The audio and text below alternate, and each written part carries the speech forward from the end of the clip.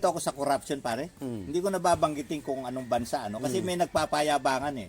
Sabi nung isa, nako grabe ang corruption sa amin, ang daming under the table na transaction. Sabi nung isa, ay sa amin mas grabe, may under the table na, may over the table pa. Eh sabi nung Pinoy, wala kayo sa amin. Alam nyo kung paano ang corruption sa amin? May under the table, may over the table, kasama pa ang table. Kaya sa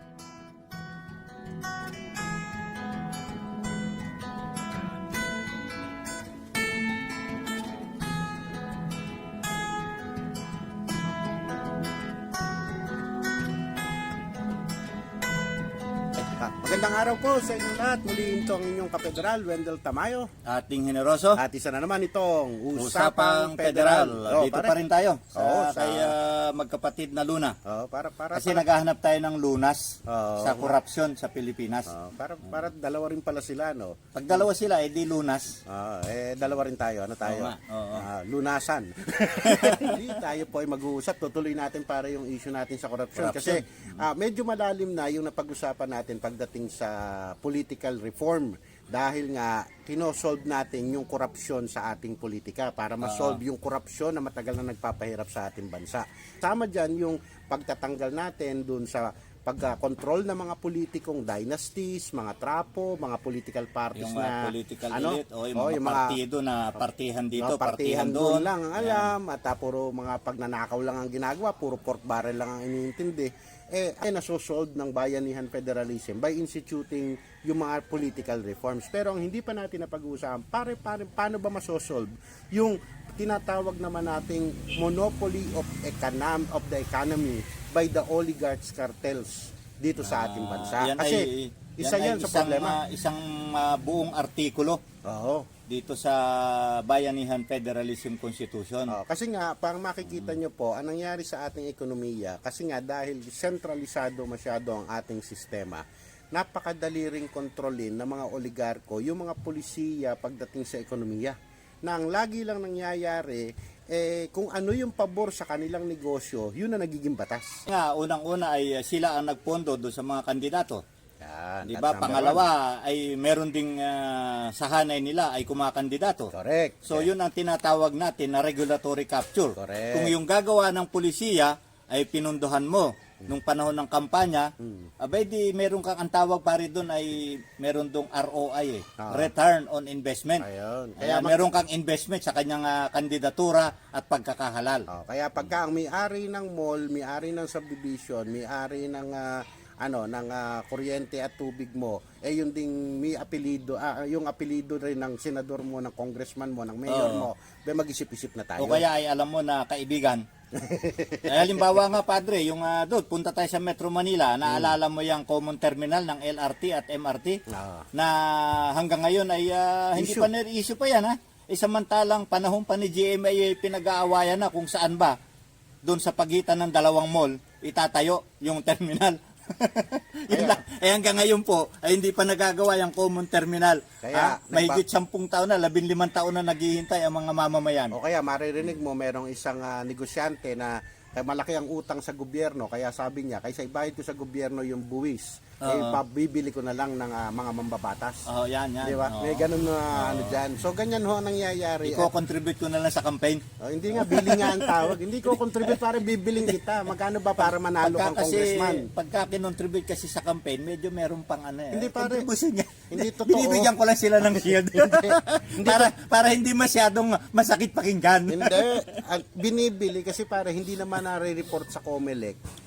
Hindi naman nare-report na sa totoo po yan. Ang tawag po na natin dyan ay under the table. Sabi nga ni Juan Luna, ni Antonio Luna, bayan o negosyo? Yan. Kasi ginagawang negosyo rin sa atin ng politika Kasi nga, sa atin po, ang politika ay negosyo at ang negosyo ay politika. Yan. Magkasama yan. They are inseparable. Twins. Under a unitary system na kung saan sila lang ang nagdidesisyon lahat. Pero under the Bayanihan Constitution, pati yan ay babasagin. Una natin binasag yung yung pamamayagpag ng kontrol ng mga dynasties at trapo sa ating politika. Na-discuss na natin yan at Yes. meron pa tayong mga isang susunod na diskusyon dyan na mapapanood din ninyo. At dito, meron ding mga malilinaw na probisyon na naisulat pagdating sa kontrol ng mga ekonomi ng mga oligarko sa ating una politika at ang pangalawa ay sa ating ekonomiya. Unang-una sa politika.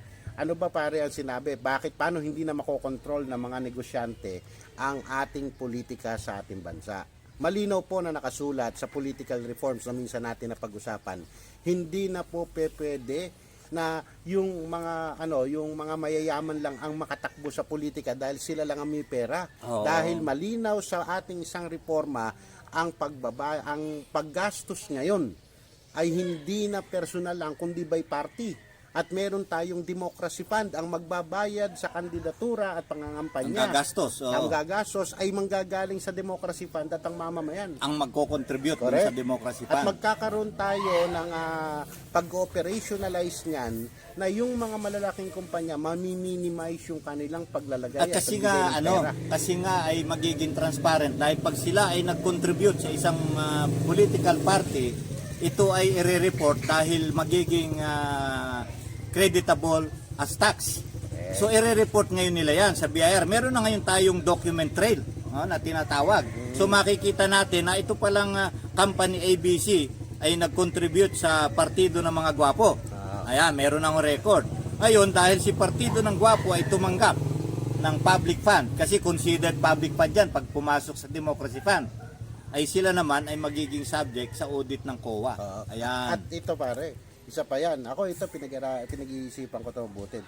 Dineclare sila as public institutions. Yan, Ito pare yung aking isang opinion ko dyan. Even if they do not receive public funds, ay, they are subject to audit.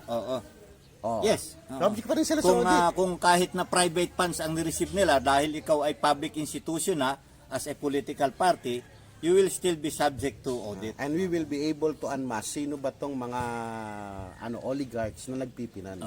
Kasi oras na magpagawa yan at naging subject to audit yung mga funds na yan, lalabas po yan. Kaya mababasag na ang control ng mga oligarchs sa ating mga political parties. At political parties. At saka kasi nga yung they are required to exercise yung democratic process sa pagpili ng kanilang opisyal at kandidato ay hindi na rin maaari. Isang konsiderasyon kasi ang pagpumili yung partido Palagay mo pag ang kandidato natin si Wendell ay makakakuha tayo ng contribution kay itong negosyante na to? Hindi, parang tanong nga sa akin ng tumawag konsyel, si Wendell ba may pera? Hindi. Kasi Ito nga naman, ito naman is yung bang ikaw ba ay makakakuha ng kontribusyon mula dito sa oligarko? Hindi, ito nga, sasabihin ko nga pare ganito ang sistema. Ang sistema, si Wendell ba makakatulong sasabihin doon sa boss, kasi ang may hawak doon, malaking tao. Ito yan, kandidato yan ito. Kaya yun ang nangyayari. Yun ang talagang nangyayari. Hindi ka makakandidato kung wala kang backer na malakas, na maraming pera, na sa dulo, hindi na magsasabi sa'yo ano gagawin mo. Kaya nga, hindi na ako tumakbo para pagkatapos ko matalo. Kasi nga, ang mangyayari dyan ay, ang nangyayari sa atin, hindi lang dog with the same collar, different dog with the same collar, kundi yung collar ay hawak din ng financier. Yun, that's one. So, mababasag na po yun. Bagong politika, bagong sistema, bagong politika, at bagong pamamaraan ng halalan. That's one. Number two pare, yung mismong mga monopolyo at kartel ay babasagin na at malinaw yung na ang business monopoly. Business monopolies, yung tinatawag po natin sa sa konstitusyon niya na uncompetitive o unfair competition. Unfair competition ay ipinagbabawal na ng konstitusyon at merong mga mekanismo nilagay diyan. Dito yan, padre. Kasi malinaw pare na ayan. Sa 1987 Constitution ay mayroon ding ganyang provision. Ang nakalagay as may be provided by law. Ang may hawak uli ng Kongreso mo ay ang iyong Kongreso. Oligarchs at dynasties nga nandun. Kaya nga meron tayong tinatawag na rin nga na Philippine Competition Commission created by law. Pero nakita na kaagad nga ni CJ Puno nung tayo nasa Concom kung anong diferensya ng batas na yon. Kaya ang naisipan ay ilagay na natin sa konstitusyon. Yan. Kasi nga yung isa nating naging pag-uusap diyan sa Concon ay nangyari pare habang actually after nating mag-Concon. Kasi ang isang problema dahil nga yan ay hindi malinaw na nasa 1987 Constitution at nalagay lang as may be provided for by law, dahil na-capture uli ang Kongreso mo, yung nagawang batas nung Competition Commission, alam mo pare, dati ang may ano yan, may basis para masabi nila kung ano yung kanyang jurisdiction. Oo. Alam mo pare, ang ginawa nila, nilakihan nila yung jurisdiction para yung mga transaksyong bababa. Parang ano ba, parang Para makakita parang ka plunder, na. parang Oo, plunder. yan, oo. Kung ang ninakaw mo 50 million pataas, Plunder. plunder. Pag Pero below pagka that ay, 49,999,000, 99 centavos. 99,000 lang yung alam ko. Hindi plunder yun. Hindi plunder. Yan. So dito ganun din ang ginawa nila, tinaasan nila yung threshold para yung mga transaksyon na alam nilang gagawin hindi na makalusot na. Yan. Pero under the bayanihan federalism po, malinaw na mas malakas at constitutional, hindi pwedeng baguhin ng Kongreso Hindi na. ang mga polisiya na nakasulat sa konstitusyon pagdating sa pagbasa sa monopolyo, at malinaw yan sa section 11 F. Sub-article G. Yan, Sub-article sub-article G. Kasi nalagay na sa Hindi, konstitusyon.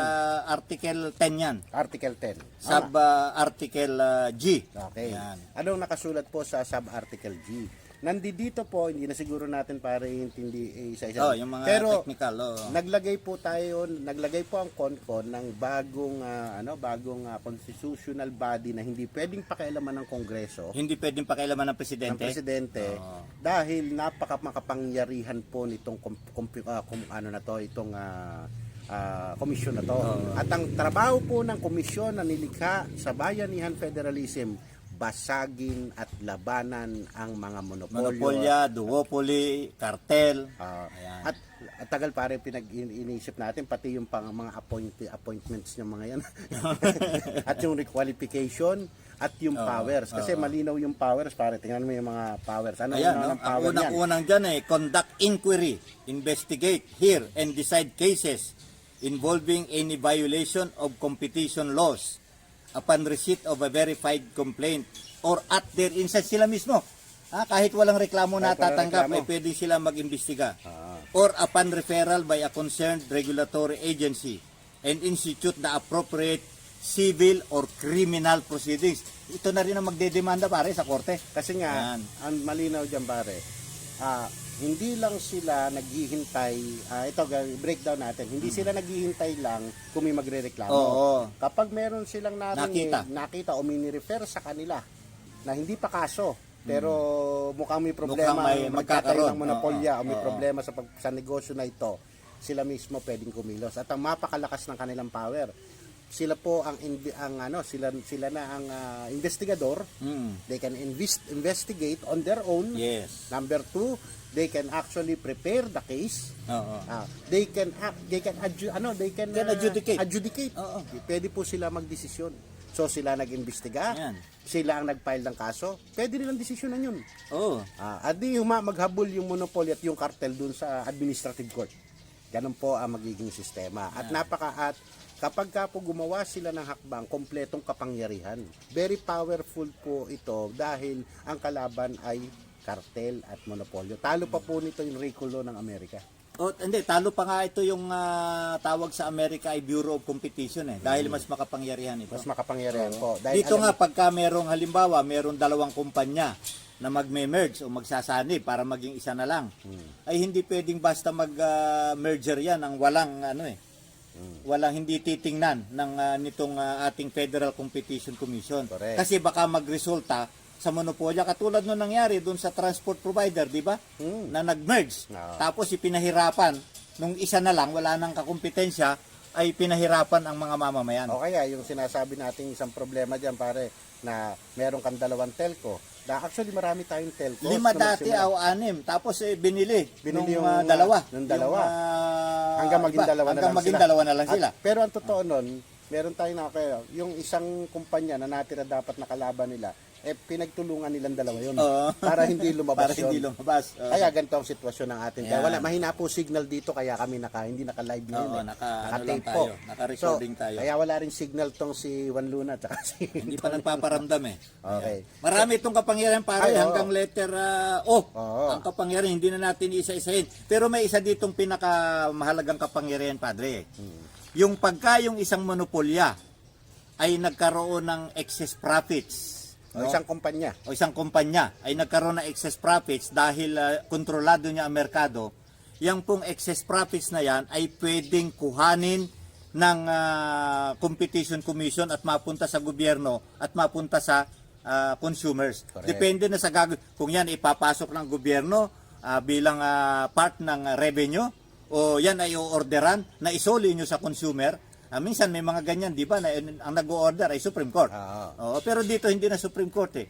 Ito na mismo, may kapangyarihan. Ang tawag ay disgorgement of excess and excessive profits. Correct. At kapag meron sila nakikita mga kumpanya na sobra na yung tinatawag na kapangyarihan at monopolistic na ang ginagawa at hindi na fair competition na nangyayari, pwede niya hong i-order yon ng hatiin, yung mga subsidiaries ay ibenta, yung mga stocks ay ibenta. At yan po, ganyang kakapangyarihan niya at niya sa konstitusyon without the need for a law. Any law ay pwede pong gawin ngayon ng isang competition commission yan under a federal system called the Bayanihan Federalism. So tatanungin ka ngayon ni Antonio Luna, bayan o negosyo? Bayan. Ayan. Bayan. So dito maliwanag na dito ay binigyang halaga po ng CONCOM ang kapakanan ng bayan sa pamamagitan ng pagbuwag dito sa mga monopolya, duopoly at mga kartel na maliwanag na nakasaad sa konstitusyon. Kaya ang talagang lumalaban sa Bayanihan Federalism ay yung mga monopolies at cartels na yan. Actually, yung mga takot sila, natatakot sila. Hindi lang takot, para alam nilang yatap sila dyan. Di ba? Yatap kayo dyan. Alam naman namin yun eh. Kaya takot na takot kayong mangyari itong Bayanihan Federalism. Pero pag nagising si Antonio Luna sa puso at diwa ng ating mga mamamayan, isa lang ang tatanungin sa inyo ng mamamayan pag nagharap-harap tayo, bayan o negosyo? So sa punto pong yan, maraming salamat po sa inyong panonood sa ating Usapang Federal. Huwag pong kalimutang mag-like, share at comment dito sa ating mga video. Itag nyo po yung mga kilala nyong oligarchs, yung kilala nyo na mga nagtatrabaho, kartel at ng bigas. mapanood po nila to at nang makita nila si Antonio Luna dito nakalabas yung espada. So muli po, ito ang inyong kapederal, Wendell Tamayo. At ding generoso para sa bayan. Ayan, at muli, isa na naman itong Usapang Federal. We, the sovereign Filipino people, imploring the aid of Almighty God to build a permanent and indissoluble nation and establish a just, humane, united and progressive society under a government that shall embody our shared ideals and aspirations, promote the common good, conserve and develop our patrimony, and secure to ourselves and our posterity the blessings of independence and democracy under the rule of law and a regime of truth, justice, freedom, love, equality, and peace, do ordain and promulgate the Constitution of the Federal Republic of the Philippines.